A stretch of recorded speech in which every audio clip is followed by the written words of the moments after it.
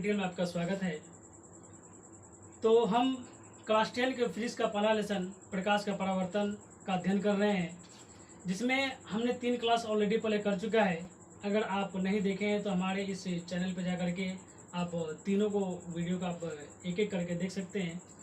तो आज का जो आपका टॉपिक है आपका दर्पण के संबंधित, इसमें जो भी आपका दर्पण का वक्रता केंद्र, दर्पण का वक्रता त्रिज्या, दर्पण का फोकस, दर्पण की फोकस दूरी, तो ये सब रिलेटेड बातें, और उसके साथ साथ प्रतिबिंब के प्रकार, प्रतिबिंब किसे कहते हैं, कितने प्रकार के होते हैं, इसके बारे में आज हम लोग अध्ययन करेंगे। तो उसमें आपका है दर्पण का वक्रता केंद्र किसे कहते हैं, तो दर्पण की वक्रता त्रिज्या किसे कहते हैं। तो दर्पण का वक्रता केंद्र का जहाँ तक बात है, तो दर्पण जिस खोखले गोले से मिलकर बना होता है उस गोले के केंद्र को दर्पण का वक्रता केंद्र कहा जाता है। और दर्पण के वक्रता त्रिज्या की जहाँ तक बात है, तो दर्पण के वक्रता केंद्र और ध्रुव के बीच की दूरी दर्पण की वक्रता त्रिज्या कहलाती है। आइए देखिए, दर्पण का वक्रता केंद्र, दर्पण का वक्रता केंद्र जिसे हम लोग सेंटर ऑफ कर्वेचर कहते हैं, इसके अनुसार दर्पण जिस खोखले गोले का भाग होता है उस गोले के केंद्र को दर्पण का वक्रता केंद्र कहा जाता है। देखिए, सपोज दैट ये आपका दर्पण है, तो दर्पण का पूरा गोलाई ले लिया जाए तो इस गोलाई का जो सेंटर होगा वही सेंटर आपका कहलाएगा दर्पण का वक्रता केंद्र। देखिए, अगर हम इसको इस तरह मिलाएं, ये दर्पण को पूरा अगर गोलाकार भाग के रूप में परिवर्तित कर दें, तो ये दर्पण एक खोखले गोले से मिलकर बना है, तो इस गोले के केंद्र को ही हम लोग दर्पण का वक्रता केंद्र कहते हैं।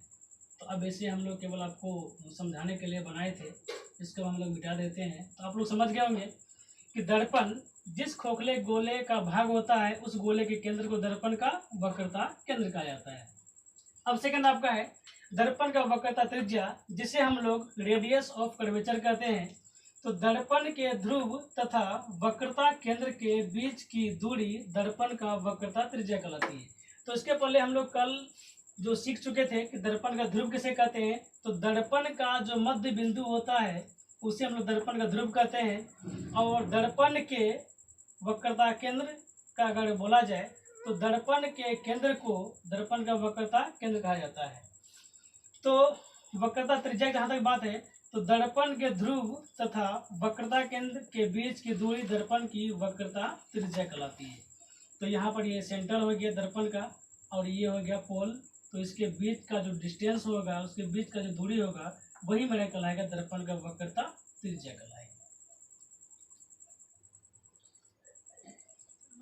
इसके बाद आपका नेक्स्ट टॉपिक है दर्पण का मुख्य अक्ष और दर्पण का फोकस।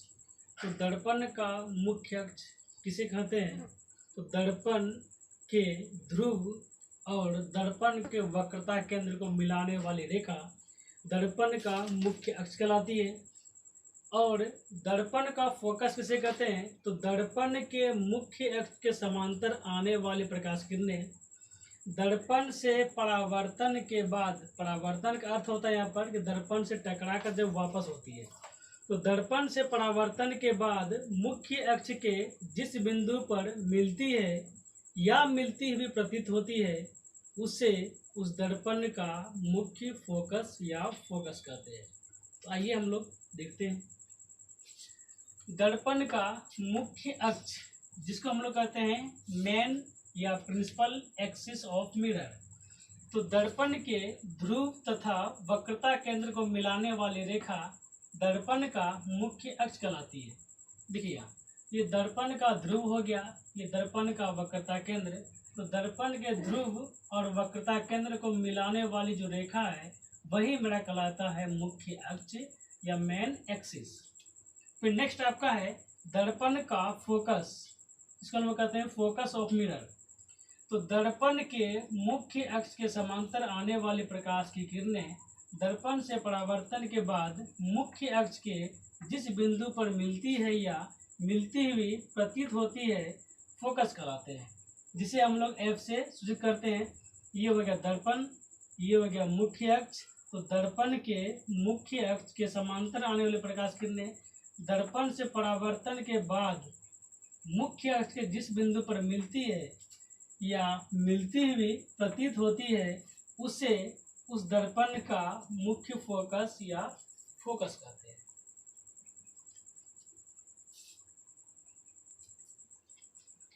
अब नेक्स्ट आपका है दर्पण की फोकस दूरी। तो दर्पण की फोकस दूरी किसे कहते हैं?